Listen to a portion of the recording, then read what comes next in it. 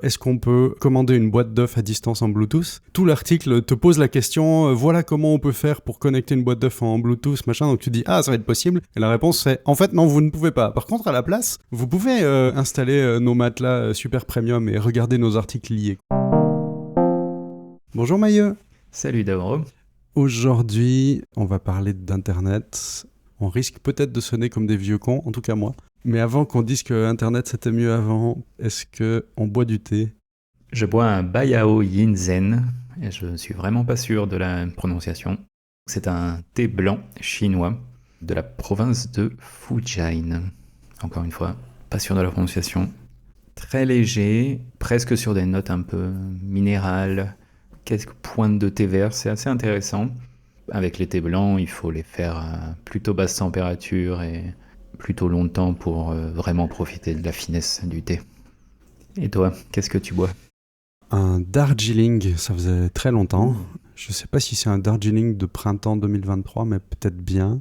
Qui vient, le nom c'est le jardin du thé, je pense, de Putabong, quelque part en Inde. Et qui a les grades qui vont bien, là. Je les sais pas par cœur, là, mais le STJP, FOP, XDP, 43C, c'est vraiment le haut de gamme des feuilles. C'est un Darjeeling tout à fait, j'ai envie de dire tout à fait standard pour un Darjeeling Premium. J'arrive pas à déterminer des notes à part, pour moi, ça a vraiment un goût de thé complexe et subtil. J'ai hâte du printemps 2024, à vrai dire, pour acheter des Darjeeling de printemps, parce que ça fait quand même partie de mes thés préférés.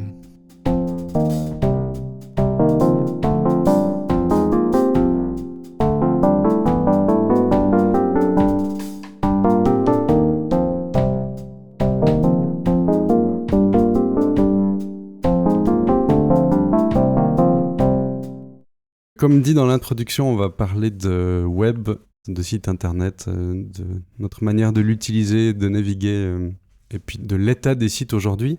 Parce que ça fait longtemps que j'ai ressenti qu'il y a un truc qui me manque de l'internet d'avant. Quand on avait tous des sites perso bricolés à la main dans nos coins, ils étaient peut-être moches, mais il y avait une âme. Et toi, t'es tombé sur un article de Plume qui parle de diviser le web, et ça m'a bien parlé. Dans cet article, il décrit justement, lui, cette sensation qu'il a de voir deux webs différents. Un web qui caractérise un peu plus de commercial et un autre de, comme tu dis, bricolé à la main. Et il se sent de moins en moins représenté par la partie commerciale, évidemment. Lui, quand il utilise Internet, il a des bloqueurs de pub, des bloqueurs de trackers, etc. Et qu'il y a même des sites auxquels il peut plus du tout aller parce que le site ne fonctionne pas quand on bloque tous ces scripts externes. Il dit qu'il y a beaucoup plus de choses intéressantes dans la partie bricolée à la main. Il a souvent des gens qui sont pas habitués à ce web bricolé, comme on dit, qui, quand ils vont sur ces sites-là, disent « Ah, le site, en fait, il est bien, il est simple, il est joli, etc. » Alors que le but de ce web-là, on va dire, c'est pas spécialement de faire quelque chose de joli, c'est juste que quand on fait quelque chose de minimal, le contenu ressort. C'est un article intéressant pour ce côté aliénation de toute une partie d'Internet. Je navigue avec beaucoup de solutions qui vont bloquer les publicités, qui vont empêcher certaines interactions de se faire, parce que la plupart de ces interactions, elles sont là pour favoriser le fait qu'on soit pisté. Un côté, c'est que tu te protèges peut-être de ce pistage, mais tu simplifies aussi les pages. Comme elles ne peuvent pas charger de publicité, comme elles ne peuvent pas charger leur mesure d'audience et ce genre de choses-là, il y a moins de choses affichées à l'écran et il y a moins de choses derrière que tu vois pas qui se chargent, donc les pages sont potentiellement un peu plus vite chargées. C'est un peu plus agréable à naviguer. Par contre, des fois, la mise en page est peut-être mal faite, donc tu n'arrives pas à lire les trucs. Soit carrément, le site s'affiche pas, parce qu'il te dit non, on a détecté que tu nous bloquais, donc nous, on te bloque aussi en fait. C'est quoi ton expérience à toi ? J'ai constamment des bloqueurs en place, au point que j'ai complètement oublié que certains sites avaient des pubs. Par exemple, Google a des pubs. Les 3 premiers liens d'une recherche, c'est toujours des pubs. J'avais complètement oublié que ça existait jusqu'au jour où quelqu'un a utilisé Google devant moi sans bloqueur. Dans beaucoup de cas, même quand il y a des bloqueurs de bloqueurs, la plupart des navigateurs ont un mode lecture. En gros, ça enlève tout ce qui est autour de l'article. Ça marche sur énormément de sites, ça passe à travers tous ces blocages en fait. Mais c'est vrai que de plus en plus, il y a des sites auxquels je vais pas du tout parce que y accéder, ça devient compliqué. Le problème, c'est que toutes ces histoires de publicité, d'articles liés, de perturbations un peu visuelles autour du contenu que tu as envie de voir, qui t'empêchent de le voir bien et qui ralentissent ton expérience de page en page, tous ces freins, on les a aussi sur des sites où c'est en fait pas un média, c'est des gens qui pourraient s'exprimer, mais qui ont choisi de s'exprimer sur une plateforme. Par exemple, Medium, imaginez Twitter ou Facebook, des posts, mais simplement ce sera du long format. Eux, leur idée, c'est de dire on va mettre en avant le contenu, parce que c'est ça qui est important. Sauf qu'en fait, tu m'en parlais l'autre jour, c'est blindé de pubs. À une époque, quand on ouvrait Medium, c'était un peu un vent frais, comme on dit. À cette époque-là, il y avait beaucoup de WordPress avec beaucoup de plugins, avec des choses un peu partout, et Medium avait pris le parti de dire non, mais quand on affiche un article, on affiche rien à droite, rien à gauche, en haut il y a un petit menu et c'est tout. Comme toute plateforme centralisée, à un moment donné, il faut rembourser les investisseurs, il va falloir mettre de la pub et des choses comme ça. Maintenant, quand on ouvre un blog Medium, il y a des choses partout et au centre, il y a quelques lignes de l'article, à moins d'avoir des bloqueurs, et là, dans ce cas-là, ça dégage un peu l'environnement. Le web initial avait vraiment eu cette tendance à décentraliser les choses, à retirer les intermédiaires, jusqu'au moment où beaucoup de personnes se sont rendues compte qu'on pouvait gagner de l'argent et on a recréé des intermédiaires en fait. Medium, c'est un intermédiaire entre moi et l'auteur. Facebook, c'est un intermédiaire entre moi et mes amis. Pareil pour Twitter, etc., etc. Cette centralisation, elle a aussi un effet qui est négatif sur Google aussi, par exemple, où les résultats de recherche Google sont de moins en moins intéressants.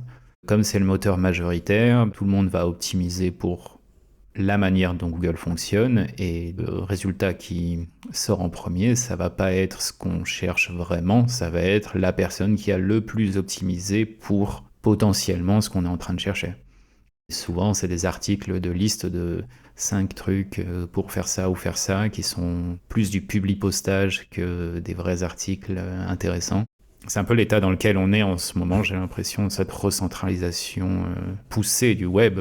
Il y a aussi un problème où il y a cette envie absolue de faire de plus en plus de visites, de plus en plus de clics. Ça va permettre d'afficher ses pubs. Si on publie sur son propre blog, mais en fait sur lequel on a intégré des publicités et du pistage, il faut que les gens y viennent, y cliquent. Donc la manière dont sont écrits les articles, c'est de plus en plus optimisé pour ça, mais du coup c'est de moins en moins intéressant. Tu disais tout à l'heure des recherches qui sont un petit peu flinguées. Combien de fois il faut passer sur plein de résultats où en fait c'est une longue page de contenu qu'elle a pas prévue pour des humains, c'est juste prévu pour des robots pour être bien classé. T'arrives sur le site, tu te rends compte que c'était pas pour toi, mais c'est pas grave, t'es quand même venu, ça fait un clic, ça fait une vue, ça fera de la pub, ça fait de la thune. En termes de contenu, on est en Nutri-Score F quoi, c'est moins que rien. Et c'est vraiment ce que Plum décrit dans son article, le web qui est optimisé pour vendre des choses et qui devient de moins en moins intéressant. C'est pas soutenable, je vois pas comment on peut continuer comme ça parce que tout le monde va s'en lasser. Les gens qui n'auraient connu que ce style de web, pas du web un peu plus précoce comme nous, est-ce qu'ils peuvent s'en rendre compte ? Tout seul comme ça, du jour au lendemain, si rien ne change, non. Il va falloir un peu changer les choses. On parlait de bloqueurs de publicité, il y a quand même 40% des utilisateurs d'Internet qui en ont. C'est l'un des boycotts les plus gros au monde depuis des années. C'est vrai. Ça vient pas de moi, ça vient d'une conférence d'un auteur qui s'appelle Cory Doctorow. Je savais depuis assez longtemps qu'il y avait quand même presque la moitié des utilisateurs d'Internet qui avaient des bloqueurs de pub, mais c'est vrai que j'avais pas mis en relation avec le fait que c'est un boycott de ce modèle-là. Je vais un peu baser sur sa conférence à lui pour quelles seraient potentiellement les solutions. Et lui, il décrit qu'en tout cas, avant, c'était moins commercial et qu'il y avait un côté plus exploration et découverte de choses intéressantes, un peu inattendues. Il y avait moins besoin de formater pour vendre. Le fait de vouloir optimiser là-dessus, ça fait que tous les contenus sont formatés pareil. Quand il n'y a qu'un seul moteur de recherche majoritaire, tout le monde va essayer d'optimiser pour ce moteur de recherche, alors qu'à une époque où il y avait plein de petits moteurs, il valait mieux faire du bon contenu et être présent un peu partout, et c'est comme ça qu'on ressortait. Il y avait quand même un truc chouette avec les annuaires, je trouve. Tu venais chercher un truc en particulier, mais tu tombais sur d'autres pages que tu t'attendais même pas à ce que ça existe. C'était même pas des idées qui pouvaient te venir à l'esprit. Et c'était une découverte et un apport et un enrichissement qui était super bien, qu'on a complètement perdu aujourd'hui parce que tu fais une recherche et tu trouves ce que tu voulais ou pas, parce que c'est pas très satisfaisant, mais t'auras jamais cette surprise. Comment sortir de ça? Il faut créer des alternatives déjà, que ce soit technique, mais aussi il faut créer des alternatives législatives. C'est-à-dire que les gens qui savent et qui comprennent ce qui est en train de se passer, il faut qu'ils se battent. Il est nécessaire qu'on recrée des nouvelles lois, ou en tout cas qu'on applique les lois existantes. Tout ce qui est anticoncurrentiel, par exemple, a quand même été beaucoup oublié pour l'Internet. Et maintenant, on est vraiment dans le cas de figure où il y a Google, Twitter, Facebook, Amazon aussi, et Apple. Et globalement, tout le monde ne va que sur ces sites-là. C'est le plus gros monopole que l'humanité n'ait jamais connu. Les gros monopoles du pétrole ou ce genre de choses-là, ça touchait vraiment à un domaine qui était quand même limité seulement au pétrole, du monopole business to business. Apple, par exemple, ils font en même temps des ordinateurs, des téléphones, des services en ligne, de la vidéo, des jeux. Là, c'est des monopoles qui sont vraiment à tous les niveaux de la société, que ce soit l'utilisateur final, au niveau business, il faut faire de la pub sur Facebook, de la pub sur Google, avec les décisions que Google et Facebook auront, et c'est tout, et il n'y a pas de choix. Dans sa conférence, il dit qu'il y a quand même un peu une lueur d'espoir en ce moment. En tout cas, aux États-Unis, il y a de plus en plus de personnes qui se penchent sur ce problème, et apparemment tout le monde est d'accord de dire que ne pas avoir vraiment utilisé les lois anticoncurrentielles sur la technologie, ça a été une grosse bêtise. Le second pan que lui donne, c'est avec la technologie, on peut aller vite, donc il faut créer des alternatives aussi qui permettront de donner un exemple aux législateurs aussi de ce qui est possible de faire autrement. Il y a un autre truc que j'aimerais bien revoir, mais qui doit venir plus de la part des internautes. Je vais utiliser internaute et pas utilisateur ou utilisatrice parce que on est devenu des utilisateurs ou des utilisatrices au lieu d'être des créateurs et créatrices. On utilise Facebook, mais avant on créait notre site. Il y a ce concept de everything and nothing, donc tout et rien. Un site perso de l'époque, ça voulait tout dire pour l'auteur. Ça pouvait couvrir 1 milliard de sujets, ou alors ça pouvait être focalisé sur un truc tellement précis que effectivement ça n'intéressait personne. Tu sentais vraiment quelqu'un de passionné qui partageait son truc, qui ça aurait pu peut-être intéresser qu'une ou deux personnes, et voilà. Ça existe toujours. Mais quand c'est noyé dans 1 milliard de publications Facebook ou Pinterest ou que sais-je, on va pas les voir et on n'a quasiment aucune chance de tomber dessus parce qu'il y a trop. On crée moins de sites de nos jours. Il y a une raison technique à ça. À l'époque, on n'est quand même pas extrêmement vieux quand on parle de à l'époque. Pour moi, en tout cas, Internet, c'est fin 90. Internet était déjà quand même bien installé. Je fais absolument pas partie des pionniers ou quoi que ce soit. Mais c'était encore une époque où justement, quand on voulait faire un site, il n'y avait pas vraiment d'interface facile à utiliser. Il fallait un peu se plonger dans du code soi-même. Pour l'internaute, il y avait ce côté exploration, découverte, compréhension d'un nouvel outil, et je pense que ça sélectionnait beaucoup les gens qui avaient envie de se plonger un peu là-dedans. Il y a eu quelque chose qui a été un peu raté sur la création d'outils qui permettrait justement à n'importe qui de créer un site sans avoir besoin d'aller sur Facebook. Parce que c'est ça que ces plateformes ont apporté, c'est le fait qu'il n'y a pas de technique à avoir, il y a juste à donner un email et un mot de passe, et puis c'est parti, on peut se lancer. Mais on peut se lancer sur une plateforme qu'on ne contrôle pas, donc on ne contrôle pas nos données. Si la plateforme disparaît, les données disparaissent avec, etc. Ce qu'il faudrait, c'est arriver à faciliter toute la chaîne depuis pouvoir très facilement avoir un domaine, très facilement avoir un site, et que l'utilisateur puisse partir du service pour aller vers d'autres services. C'est devenu quand même beaucoup plus facile aujourd'hui d'avoir un domaine à soi avec son site web à soi sur lequel on met un WordPress, on installe ça en 2 clics, voilà. Par contre, c'est sûr qu'il y a quand même une toute petite barrière d'entrée. Techniquement parlant, c'est possible d'avoir quelque chose d'aussi simple. Pas un fournisseur qui fournirait tous ces services, mais une interface qui créerait les choses chez différents fournisseurs. Je vais prendre l'exemple de Squarespace. On n'est pas sponsorisé par Squarespace. C'est justement une plateforme tout en un, très facile pour créer un site web. On s'inscrit, on donne sa carte bleue pour payer pour le service, ils enregistrent un nom de domaine, ils fournissent une interface super facile pour créer un site web sur son propre domaine. C'est un premier pas. Le problème, c'est qu'on est quand même dépendant entièrement de Squarespace si Squarespace disparaît avant de l'avoir déplacé.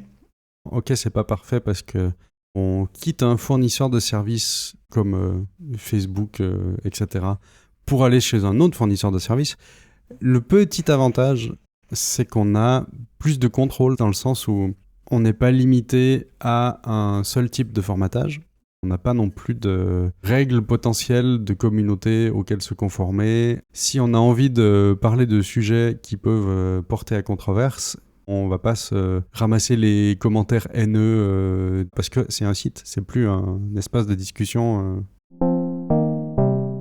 Si on peut avoir une diversité des acteurs et des manières de publier les choses, on aura aussi une plus grande diversité des contenus pour pas avoir tous les trucs formatés pareil, on en a déjà parlé avant, mais aussi une plus grande diversité des designs parce que qu'est-ce que c'est ennuyeux le web d'aujourd'hui, tout se ressemble, sans originalité, sans rien, parce que il faut que si on est partagé sur une grande plateforme, ça présente bien, qu'on soit en terrain connu. Je dis pas que les sites web aux alentours des années 2000 étaient des réussites graphiques. Hein. Au contraire, les arcs-en-ciel GIF animés, les effets visuels wow, c'était souvent très moche. Hein. Mais au moins, il y avait une âme, il y avait des designs qui pouvaient nous surprendre, ça pouvait être beaucoup plus intéressant. Là, il n'y a pas grand-chose. Hein. C'est le règne du site corporate, vite fait, on se casse pas la tête et puis voilà. J'espère qu'on puisse retrouver un petit peu de diversité qui était sympa. Ça, c'est quelque chose qui reviendrait naturellement aussi. J'ai pas d'exemple concret, mais j'ai l'impression que c'est vrai en tout cas. Dans des fils Twitter, par exemple, il y a des choses qui, à mon avis, sont intéressantes d'un point de vue du contenu, mais très pénibles à lire sur leur mise en forme. J'ai trouvé des trucs mais super intéressants pour expliquer des choses historiques, pour faire une analyse sur un événement ou voilà. Mais c'est 35 tweets liés les uns aux autres. Et à lire, c'est pénible en fait. Donnez-moi plutôt une longue page web sur laquelle on pourrait rajouter des illustrations par exemple. On pourrait rajouter des liens qui pourraient s'ouvrir en contexte. Enfin, il y a plein de choses qu'on peut faire comme ça. On n'est pas limité par la plateforme qu'est Twitter, vu qu'on a le contrôle complet sur la présentation du site web, et de manière quand même très très simple, hein, dans le cas de Squarespace ou les concurrents, je sais pas qu'est-ce qu'il y a Wix aussi, c'est un peu pareil. Et ça permet un peu aux gens de sortir des silos que sont Facebook et Twitter. Ce qui va manquer à beaucoup d'utilisateurs, ça va justement être ce côté interaction. Dès qu'on va avoir son propre site, cette partie-là devient un peu plus compliquée. Il y a un retour sur ce qu'on fait qui peut être intéressant et qui idéalement génère des conversations constructives. Commenter des choses, on pouvait déjà le faire sur des blogs avant que Facebook existe. Oui, mais il fallait aller sur le blog. C'est ce côté qui est aussi assez puissant avec ces plateformes-là. Une interface qui nous permette d'accéder à tout, avec des guillemets, toute l'information en tout cas qu'il y a sur la plateforme. Et cette interface est unifiée. Ça permet aussi une découvrabilité. Je vois pas comment on pourrait soit se faire découvrir, soit découvrir des choses en ayant des blogs ou ce genre de choses-là, sur Facebook ou autre. On est en train de parcourir les commentaires, mais quelqu'un va pouvoir lier une autre publication dessus, voilà. Tiens, cette personne qui a publié un lien qui pourrait être intéressant, je vais pouvoir aller sur son profil et tomber sur d'autres liens, voilà. Les gens peuvent republier, repartager des choses que sur un blog, ça se verra pas. Il n'y a pas ce côté unifié, effectivement. Il n'y a pas encore de consensus vraiment pour dire c'est comme ça qu'il faudrait que tout le monde fasse et puis on va pouvoir recréer ça. Il y a par contre plusieurs initiatives sur ça. Je pense à Mastodon qui est un site et le protocole c'est ActivityPub. Pour moi, Mastodon, initialement, c'est un clone de Twitter, pour faire simple. Hein. Ne hurlez pas les vrais fans de Mastodon, je sais qu'il y a des différences, mais en 2 mots, avoir l'idée, c'est ça. Et j'ai découvert qu'il y avait ActivityPub derrière, mais qui permettait de... J'ai pas très bien compris quoi, mais on pourrait, par exemple, bloguer sur ActivityPub et se partager des sites. C'est vraiment pas clair, mais ça a l'air intéressant comme piste de recherche, en tout cas. Ça permettrait justement d'avoir une vue, on est sur son lecteur web, Et on peut voir les gens qui répondent à nos messages, on peut aller sur leur site à eux, et tout ça en ayant cette interface unifiée d'interaction, en tout cas. C'est-à-dire que je peux utiliser telle application pour lire les messages qu'on m'envoie, etc. Quelqu'un peut utiliser une autre application, mais ça n'empêche absolument pas qu'ils peuvent accéder à mon contenu complètement. Il y a d'autres initiatives, il y en a une que j'aime bien moi qui est le Indie Web. Le Indie Web prend vraiment cette idée, il faut en premier lieu avoir le contrôle de son identité, donc le nom de domaine. De là, on va syndiquer les choses. Le Indie Web a l'avantage d'avoir des outils, je trouve, et des protocoles un peu plus légers que ActivityPub et qui sont sûrement beaucoup plus faciles à mettre en place. Ce qui est intéressant là, de reprendre le contrôle en ayant sa propre identité et en gérant un peu ses propres outils, c'est qu'on n'est effectivement pas dépendant des décisions d'une plateforme. Imaginons, j'ai mon nom, voilà, mais tout d'un coup, on dit « Ah non, tu as le même nom qu'une marque ». En l'occurrence, j'ai découvert qu'il y a une marque de joaillerie qui s'appelle Daoro. Et du coup, non, on te vire de notre plateforme. Parce que eux, ils ont des sous et toi, t'es juste un pauvre clampin. Ouais, mais j'étais là avant. Donc le fait de posséder sa propre identité et de la gérer soi-même, ça lutte un petit peu contre ça. Pareil pour des données qui peuvent être intéressantes. Du jour au lendemain, on dit non, t'y as plus accès, voilà, j'ai perdu plein de trucs. Alors que si j'avais mon carnet d'adresse mail, par exemple, au lieu d'avoir ma liste d'amis Facebook, j'ai pas le risque que tout d'un coup les règles d'une plateforme changent du jour au lendemain et m'empêchent de faire les choses que je faisais avant. Cette approche de Indie Web de refaire les mêmes fonctionnalités, mais c'est nous qui devons gérer les choses. Bien sûr, c'est un peu de travail, c'est un peu de sécurité aussi, je trouve. Si, de manière législative, on recrée plein de petites structures au lieu d'énormes structures, on va recréer cet état où ce sera plus simple de décentraliser et plus simple pour chaque personne de prendre le contrôle. Et ça voudra dire qu'on pourra passer par telle petite entreprise locale ou pas pour faire de l'hébergement. Donc il y aura un choix, ce sera toujours possible de déléguer les choses et le but c'est pas que chacun forcément ait dans son salon un ordinateur avec son site web. On va quand même faire de la pub pour les chatons. Il faut que j'aille trouver l'URL. Chaton.org au pluriel. Le collectif des hébergeurs alternatifs, transparents, ouverts, neutres et solidaires. Un collectif d'associations qui fournit de l'hébergement alternatif. Donc ça peut être des emails, des sites, ça peut être des associations qui font des choses publiques où n'importe qui peut venir, ou il y a même des associations qui sont privées dans le sens où c'est 10 personnes qui se mettent ensemble, qui décident de s'héberger elles, et c'est tout. Une alternative qui est intéressante, c'est à mon avis à explorer si on s'intéresse à ça. Après, évidemment, dès qu'on décentralise les choses, il y a forcément un peu plus d'efforts à faire. Parce que c'est évidemment très facile de taper facebook.com plutôt que d'aller sur Chaton, faire une recherche, etc. Retour sur la séparation du web pour parler de formats différents qui sont des évolutions du web. À l'époque, on avait quand même pas mal de forums. Ils sont quand même complètement fait tuer par... en partie un peu les réseaux sociaux, mais alors surtout les grosses messageries qui sont devenues des remplaçants un peu de ça, comme Discord. Dieu sait ce que j'aime bien Discord pour discuter en audio, mais alors les parties texte, c'est d'une tristesse. Ça nous empêche d'archiver les choses, ça nous empêche de rechercher les choses, vu que c'est de la discussion instantanée, en fait, il y a tellement de choses que tu peux pas t'y retrouver. Il y a cette division du web aussi, je trouve, où maintenant on a des choses qui sont dans un silo qui est pas forcément recherchable, qu'on peut pas archiver facilement. T'as des choses comme ça qui te viennent en tête aussi ou... Le point que tu as sur dire les forums étaient plus lents, je pense que c'est un point qui est important, c'est que on peut aller vite que si c'est centralisé. Et je pense qu'il va falloir aussi un peu se réapprendre à prendre un peu plus le temps si on veut changer les choses. Sur ces plateformes qui remplacent un peu les forums maintenant, oui, il y a un vrai problème avec l'appification. Donc, on utilise des applications plutôt que des sites web. Et c'est marrant parce que j'en parlais... la personne avec qui je parlais et qui, si peut-être elle écoute, elle se reconnaîtra, disait que le web, c'était quand même une plateforme qui était extrêmement intéressante parce qu'elle était ouverte.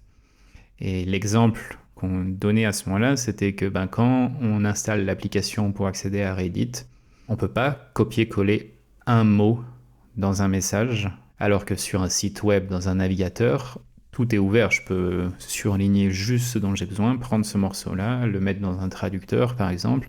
Dans l'application, il va falloir copier tout le message, ou bien il n'y a pas de recherche de texte dans la page qui est en cours. Moi, c'est hyper commun que dans une page web, je fasse une recherche sur trouver un mot dans la page. Je ne parle pas de recherche sur Google, je parle vraiment de recherche au sein du texte qui est affiché sous mes yeux.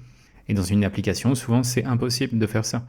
Les plateformes savent bien que le web est ouvert et elles ont de moins en moins envie d'être ouvertes, donc elles se dirigent de plus en plus vers des applications ou ne font pas d'efforts avec leur site web pour plutôt dire oui mais allez sur notre application, vous verrez c'est mieux. Oui c'est mieux, mais juste parce que vous faites pas d'efforts pour la partie web. Consulter Instagram depuis le web, c'est compliqué et pas agréable. Instagram à la base, oui, il n'y avait même pas d'interface web. Tu pouvais même pas t'inscrire. À une époque, tu pouvais ensuite créer ton compte et lire l'information. Mais maintenant, tu peux tout faire via le web. C'est un léger contre-exemple d'une entité qui a remis du web dans son application. Ah ouais, étonnant. Alors que, je sais plus, il y a eu des expériences de réseaux sociaux un petit peu plus basées peut-être sur l'audio. Mais il me semble que le seul moyen, c'était l'app. Désolé, moi j'ai pas envie d'utiliser vos apps. Parce que ça me convient pas de toujours être sur un téléphone. J'ai des fois envie d'avoir un clavier, une souris, un grand écran, d'être mieux posé. Ou volontairement de ne pas mettre des choses sur mon téléphone pour pas être distrait en permanence par ces trucs. Ça me coupe de ce monde-là. Ce qui n'est pas un mal, hein. Je suis ok d'être coupé de ce monde-là, mais on note une division un peu. Et pour le côté pérennité et recherche, il y a des choses qui se passent que sur Discord et qui ne restent que sur Discord et qui malheureusement seront perdues à jamais. Ouais. Alors qu'avec des forums, on a pu les archiver. Et même si les sites ont disparu, tu peux tomber sur Internet Archive, tu peux récupérer des pages et voilà. Et ça m'est quand même arrivé plus d'une fois de découvrir une solution pour un vieux jeu ou des astuces pour bricoler des choses ou des informations pour créer de la musique ou j'en sais rien, qui sont sur des sites qui n'existent plus, qui étaient des informations précieuses sur lesquelles je suis vraiment très content d'être tombé, mais j'aurais jamais trouvé ça sur Discord. Cette séparation du web, il faut l'accepter et volontairement boycotter les choses qui ne nous conviennent pas en fait. C'est pas forcément facile parce que des fois l'information dont on a besoin elle est sur ce genre de site, mais je pense qu'on a moins besoin de ces sites-là qu'on a tendance à le penser. Comme tout est fait pour qu'on revienne, parce que le business model il est là, tout est aussi fait pour l'addiction, à ce qu'on passe du temps dessus et à nous faire croire que c'est extrêmement important. Quand j'ai voulu quitter Facebook, j'ai eu de la peine à le faire, c'était pas évident. Tout le monde m'a dit mais comment tu vas garder contact avec les gens, comment tu vas pouvoir t'organiser, comment tu vas pouvoir gna gna gna gna gna gna. Ben en fait, je peux bien le faire, ça va bien, merci. C'est la force de ces plateformes, c'est que maintenant toutes les connexions sont via cette plateforme, donc il y a l'effet de réseau. Si je pars, en effet, je perds mon réseau. Le seul moyen de le résoudre, c'est un moyen législatif de forcer les plateformes à s'ouvrir et à accepter les interactions externes. De cette manière, on cassera cet effet de réseau centralisé. Mais c'est aussi quelque chose où il faut réaliser que la plupart de ces connexions dans ce réseau de connaissances, elles ne sont pas forcément aussi retenantes qu'on le pense. Comme dans Digital Minimalism, les interactions n'ont pas forcément autant de valeur que ce qu'on pourrait penser.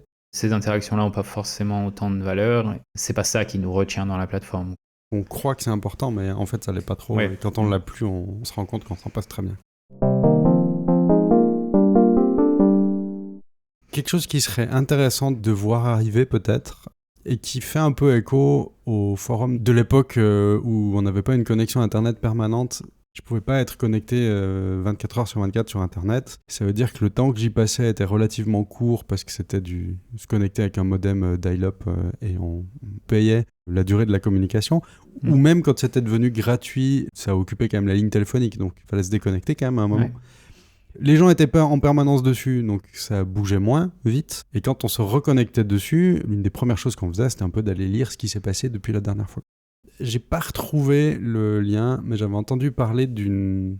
Je sais pas si c'est un vrai réseau social ou si c'était juste une idée, où en fait on pouvait se connecter autant de fois qu'on voulait. Imaginez le fonctionnement de Facebook ou de Twitter normal, quoi. Sauf que les mises à jour, notre flux, notre timeline, ce qu'on va voir, ne sera effective qu'une fois par jour. Si on se connecte toutes les heures, mais que la mise à jour a lieu à midi, on verra rien de nouveau. Et je trouve ça très très intéressant pour calmer les ardeurs de certains et certaines qui peuvent s'exciter et s'énerver, parce que tu sais que ta réponse, elle sera pas lue avant le prochain moment de mise à jour, quoi. Une fois que tu as répondu à tous les trucs auxquels tu avais envie de répondre, tu peux aller faire autre chose, il se passera rien, il faut attendre le prochain moment où tout se met à jour.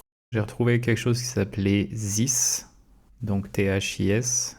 C'était quelque chose en 2016 dans ces eaux-là et qui a l'air d'avoir disparu depuis au moins 2017, donc qui est pas resté très longtemps. Ok. Alors il y a un réseau social qui est un peu différent. Il y a un truc qui s'appelle Be Real, donc être vrai, qui lui te permet de poster qu'une seule fois par jour. C'est un peu un Instagram, donc tu dois prendre une photo sur le moment. Tu peux pas prendre une photo dans ton stock de photos. Tu peux ne poster qu'une seule fois par jour. Il t'envoie une notification quand tu peux poster. C'est pas toi qui décides. Et la notification, elle change. C'est pas toujours la même heure. Et tu ne peux voir ce que tes amis ont posté que si tu as posté. Donc tu peux pas non plus rester sur le réseau juste pour regarder. Alors après, bon, ça reste une boîte privée. Donc qu'est-ce qu'ils vont faire de tout ça ? Où est le business model derrière ça ? Parce que pour l'instant, à ma connaissance, ils font payer personne. Donc, comment est-ce que ça peut survivre ? Tu reçois ta notification, mais t'as combien de temps pour publier ton image ? Parce que est-ce que ça va pas créer du stress, tu vois, de « Oh mince, il faut vite que je trouve un truc à publier maintenant, là !» Ça, je sais pas, je suis pas sûr. L'idée, c'est justement de publier ce qui se passe en ce moment, sans filtre, sans tenter de se mettre en scène ou quelque chose comme ça. Est-ce que ça va pas être pas intéressant du tout ? Parce que, pardon, mais les posts de céréales Instagram pour dire « Regardez, je prends mon super petit déjeuner ce matin, c'est super !» Ça m'intéresse pas, mais là, ils sont mis en scène, tu vois. Alors que si c'est la même chose, mais qui est pas mis en scène parce que t'es en train de faire quoi ? Ah ben là, je suis en train de nettoyer mon clavier parce qu'il avait de la poussière dessus. Est-ce que j'ai vraiment envie d'être exposé à ce contenu-là ? Ouais, je sais pas. Ça, je sais pas, mais...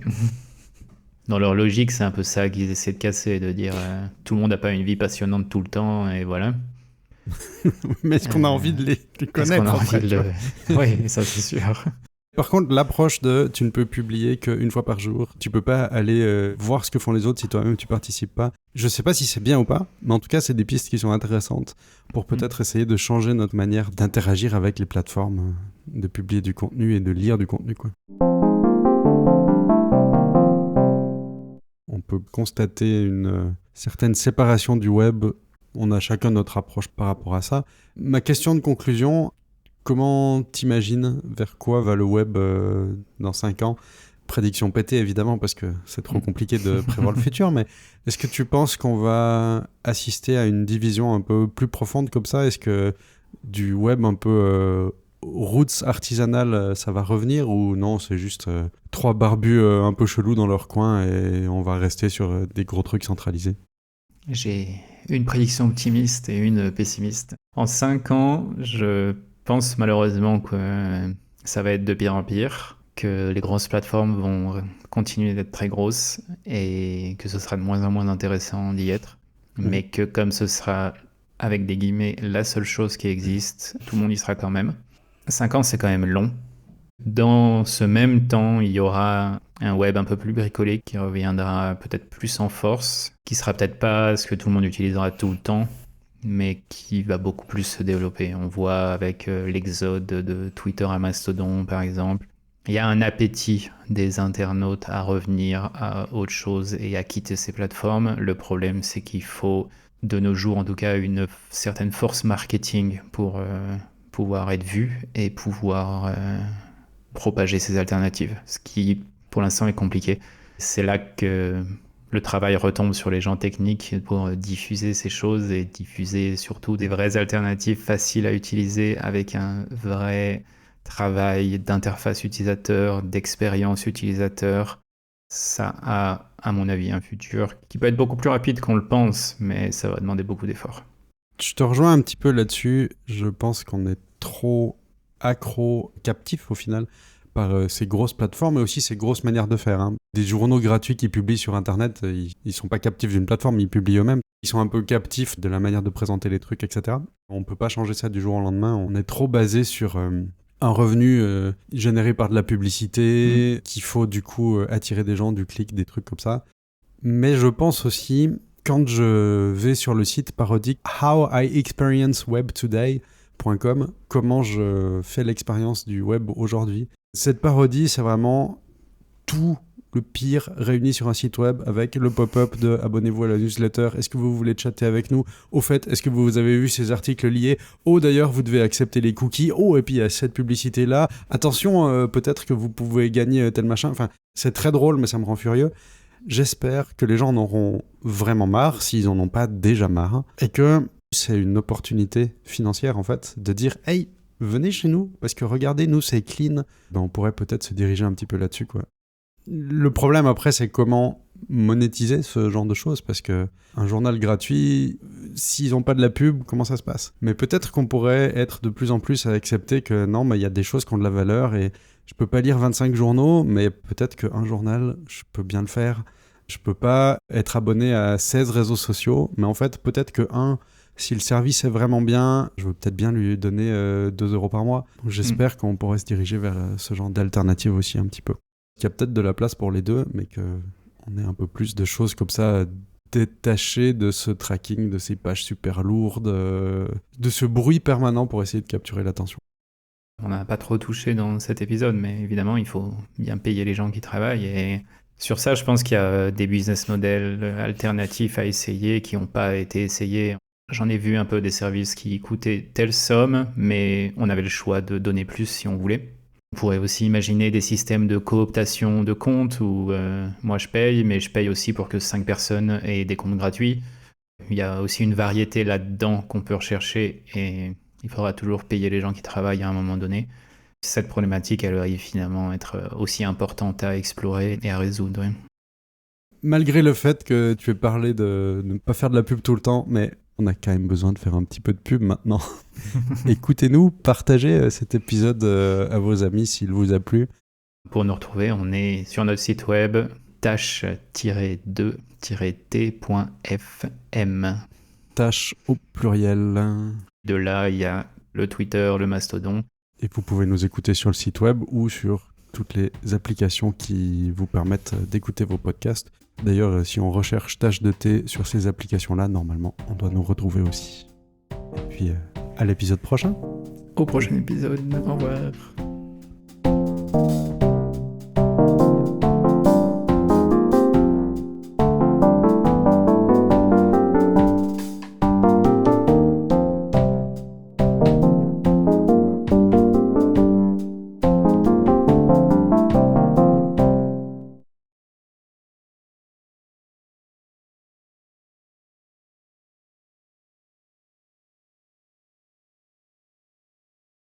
On aurait pu travailler sans filet, on va travailler avec filet. C'est une bonne pratique. Vous aussi, chez vous, Enregistrez-vous.